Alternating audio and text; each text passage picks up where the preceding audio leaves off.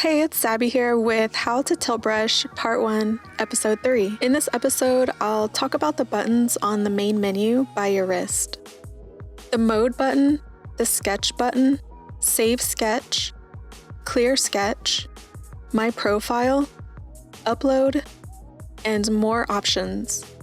Okay, let's get to it. You'll find several options here once you hover over the G with your brush controller. The first is Beginner and Advanced Mode, which is the button with the figure on it. The differences between Beginner and Advanced Mode is that in Advanced Mode, you can access the Labs panel, remove and rearrange palette panels, access your Quick Tool menu, access the More panel, and the Tips and Tricks tutorial box.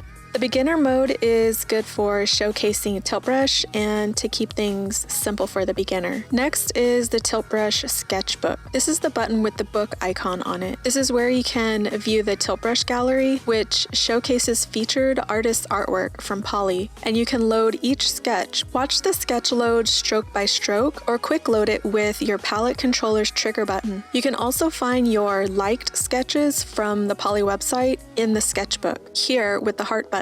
Open your saved artwork or start a new sketch with the paintbrush icon on the left to make your own creations. One way to add to the sketchbook is to save your own sketches there with the Save Sketch button, another button on your main menu panel. This button will save your current artwork as a new file or overwrite the current file with the new changes. Once you're finished working on your art piece, just click the Save button, and if it is the first time you are saving your artwork, the thumbnail will open on the brush controller. Find the perfect spot, then take an image for the new thumbnail by pulling the trigger. A quick tip on the thumbnail preview: if you move your artwork away from the location that the thumbnail was taken and then resave it, you might not see your artwork in the thumbnail preview anymore. Open your saved sketches page, and here you can check the thumbnail preview so that you can find your sketch visually. So after saving your sketch, you have several options. You can continue working on it, just remember to save often, or you can start a new sketch by using the Clear Sketch button. When you select Clear Sketch, it will confirm if you want to continue. If you need to save before continuing, just click the X and resave with the Save button, then clear the sketch and start your new masterpiece. To save time, a previous sketch can be reused. In my daily art challenge for 2019, 365 Days of Tilt Brush, I made a series of various hairstyles and just reused a self-portrait painting for those new sketches. First, I opened the self-portrait file, I removed the original hair, and then saved as a new sketch using the Save Sketch button and the Save as New option. When I was ready to design a new hairstyle, I selected the prepped file by the thumbnail image in my saved sketches, and my model was there, ready to go for the hairstyle of the day. Each time I was ready to save, I just saved as a new sketch. The new sketch appears along with the others. Another way to fill your sketchbook is by using the My Profile button to sign into Poly. This will allow you to log into Google, which you'll need to do to access your profile. Poly is a website where you can upload 3D artwork made in Tilt Brush, blocks, and other apps, and access 3D art and objects to import into your Tilt Brush scenes. To upload your artwork from within your sketch, use the Upload button on the main menu once you are logged into Google.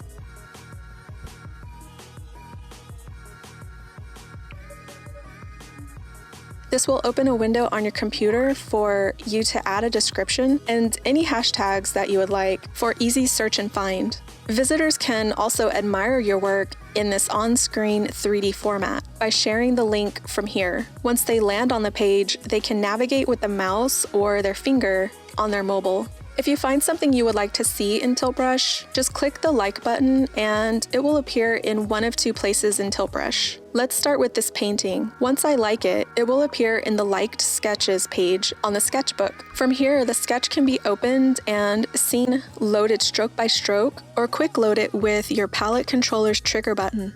The other place your Poly likes will appear is in the More panel. Just click the icosahedron icon and the Poly Library panel will pop out, which is where the 3D models that you like on Poly will appear. You can also find featured 3D models and your own imported 3D models here on this panel. Build a scene with these models, and then if you like, you can upload it to Poly. It will appear as a remix on the page of each item you used.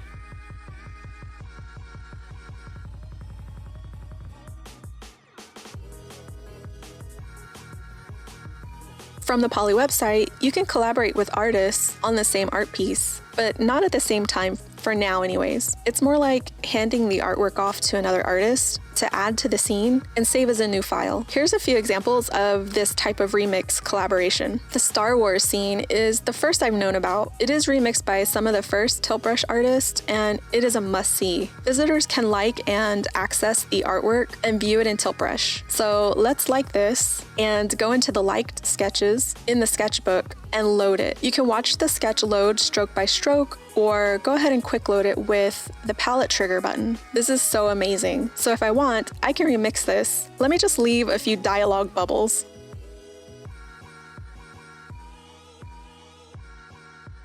Then I'll just upload it back to Poly, and now it appears as a remix on the original profile that I liked it on.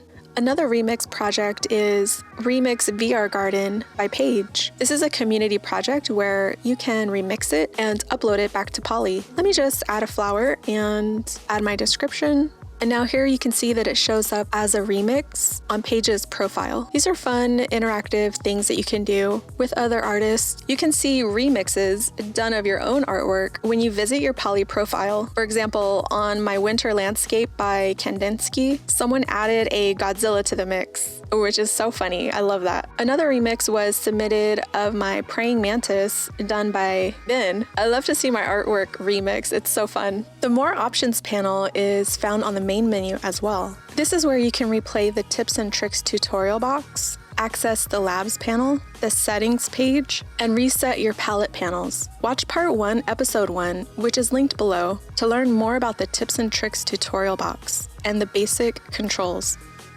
The Labs panel has many features that will be discussed in the next episode, including setting up your chat window, importing reference photos and models, to exporting your sketch as an FBX file, and using the spectator camera for a different perspective. On the settings page, you can find useful links to the release notes, help guides, and the Tilt Brush website. Here, the distance indicator can be toggled on and off and works with the straight edge tool to show the length of your brushstroke in meters. The brush tip angle can be adjusted by sliding the selector left or right. When it's slid all the way to the left, the brush tip will be at about 90 degrees to the top of your brush controller. I use this angle for painting things above me, like for example, a ceiling. When the selector is about the middle of the slider, this will put the brush tip at about a 45-degree angle. When the slider is all the way to the right, the tip is about a 0-degree angle to the brush controller top, and I use this angle for painting things below me. For example, a floor. I usually keep the angle at about 15 degrees for general painting. This is a comfortable angle for me. Visual quality can be changed as well. This only controls what you see through your headset and will not affect the quality of your uploaded sketches. This setting can be used to reduce strain on your computer's processing. This is the graphics calculator setting, and the edges and surface look a little rough in this setting. Low performance desktop setting, the edges and surface start to look a little smoother. You might not be able to see this change here in the video. Shadows start to appear with the high performance desktop setting, which is the setting I usually use. Here is where you can see the lit surfaces cast their shadow. And then these shadows are refined with the future desktop setting and is the highest setting you can use for now. This setting puts the most strain on your computer's processing. Play around with the visual settings to see what works for you and your computer. The last setting is the stroke simplification setting. This setting ranges from original to mangled with 9 others in between. This setting reduces the geometry of your brush strokes. What this means is that you will see more angles and edges rather than a smooth, curvy stroke on some of the brushes. I usually play around with this setting and check which level works for my art piece without changing the look too much. This setting will change the size and quality of your art piece, but it's great to use to help upload large pieces of artwork to Poly or export out to other apps. Reducing the stroke geometry will also reduce the strain on your computer's processing. Remember to confirm to update the changes. I hope I made it easy for you to navigate through the main menu buttons and their many features with this episode. Join me in the next episode where I will go over the different tools on the Labs panel and review how to set up your chat window, how to import reference photos and models, and how to export your sketch as an FBX file. I'll also show how to use a spectator camera for a different perspective. Join the VR Art Live community for VR art entertainment and content, and to find a growing community of VR artist streamers. You can join in on our Facebook page as well by searching VR Art Live. Links are below in the description. Okay, well, take care, and I'll see you in the next video.